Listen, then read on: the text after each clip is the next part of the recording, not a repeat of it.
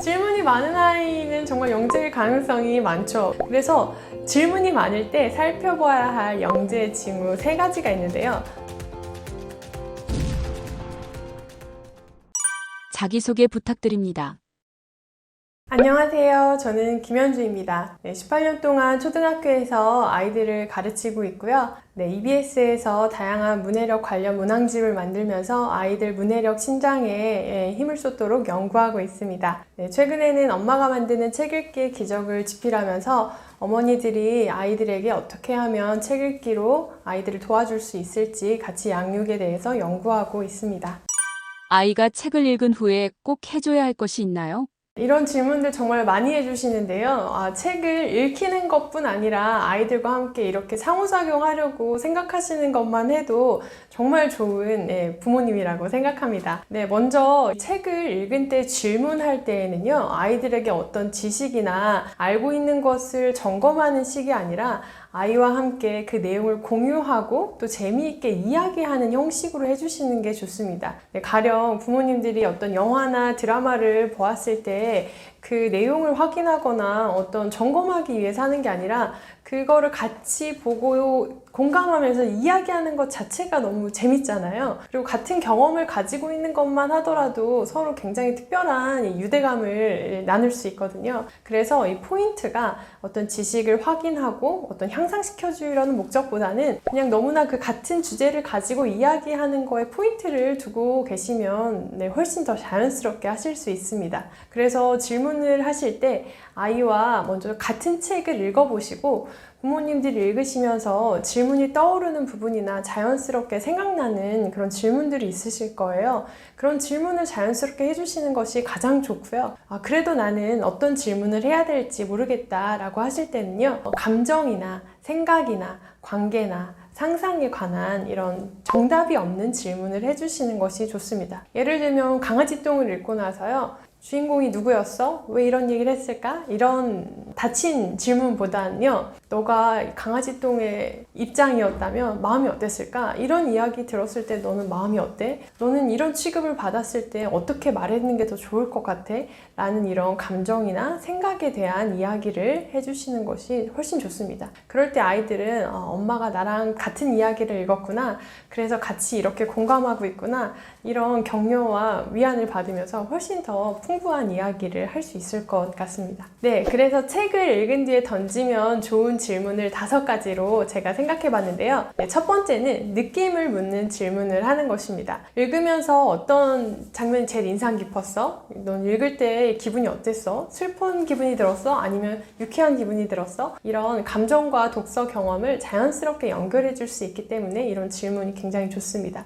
두 번째는 상상을 확장하는 질문입니다. 만약에 네가 주인공이라면 어떤 선택을 했을까? 만약에 끝이 또 다른 이야기가 연결된다면 이 이후에는 어떤 일이 일어났을까? 이렇게 창의적 사고를 상상하는, 자극하는 질문을 해주시면 아이들이 훨씬 더 즐겁게 상상할 수 있겠죠.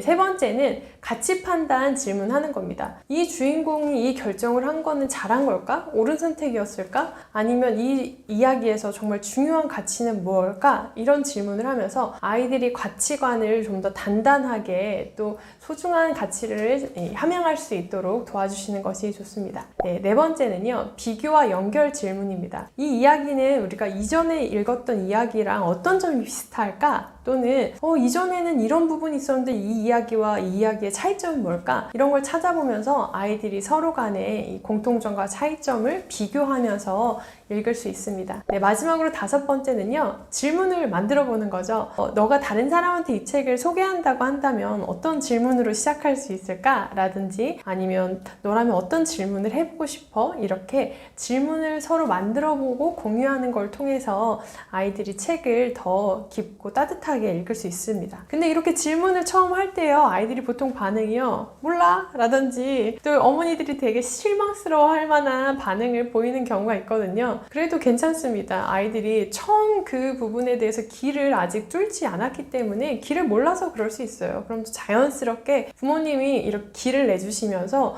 여기서 좀 더 확장해서 아이와 함께 한 단계씩 가시면 되기 때문에 실망하지 마시고요. 처음부터 차근차근 아이와 함께 책을 읽고 질문해 보시기를 추천드립니다. 질문을 많이 하는 아이 영재일 가능성이 있을까요? 질문이 많은 아이는 정말 영재일 가능성이 많죠. 왜냐면 영재들은요, 어떤 지식을, 정답을 알기 원하는 것보다 그 지식을 왜, 어떻게? 라는 생각을 가지고 탐구하는 거에 더 몰입하는 경향이 많거든요. 근데 중요한 것은 질문의 양이 많은 것보다 그 질문 뒤에 아이가 어떤 생각을 하고 있는지, 또 어떤 이 질문을 통해 확장하고 연구하고 싶은지가 더 중요합니다. 다시 말해서 질문의 이 깊이와 이 질이 중요하다는 말씀을 드리고 싶습니다. 예를 들면 제가 과학 시간에 생각난 질문이 선생님, 공기가 없어지면 어떻게 해요? 이런 질문을 들은 적이 있거든요. 그런 질문을 들을 때 정답을 이야기해 주시는 것보다 또 다른 질문으로 연결해 주시는 것도 굉장히 좋습니다. 예를 들면 우리가 산소가 없으면 숨을 쉴 수 없는데 그럼 물고기는 어떻게 물속에서 숨을 쉴 수 있냐? 이 질문을 했을 때 제가 굉장히 대견하고 기뻤거든요. 이런 것처럼 아이들이 단순히 이 정답을 알고 싶은 게 아니라 이게 없으면 어떻게 되지? 근데 물고기는 어떻게 된 걸까? 이렇게 세계를 확장하고 연결하면서 탐구해보고 싶은 데까지 나아가기 때문에 어떤 질문을 들었을 때 어머니들이 그것들을 또다시 질문을 하면서 더 연결되고 확장하도록 도와주시면 참 좋습니다. 그래서 질문이 많을 때 살펴봐야 할 영재 징후 3가지가 있는데요. 첫 번째는 질문의 폭의 깊이가 어떤가입니다. 실제로 영재를 자녀로 둔 학부모님들께 아이가 언제 영재라는 것을 아셨어요? 라고 질문했을 때 아이가 질문하거나 몰입하는 게 남들과 달랐어요 라는 대답을 많이 하시더라고요.